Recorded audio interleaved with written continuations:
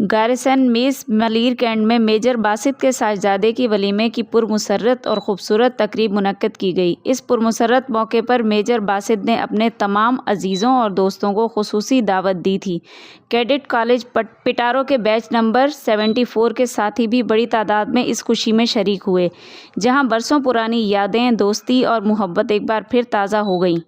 तकरीब का माहौल खुशियों, मुस्कुराहटों और मुबारकबादों से रोशन था। दोस्तों और अजीज़ों ने दिल खोलकर दुआ दी थी, अल्लाह ताला इस नए जोड़े को हमेशा खुशियों, मोहब्बतों और बरकतों से नवाजे।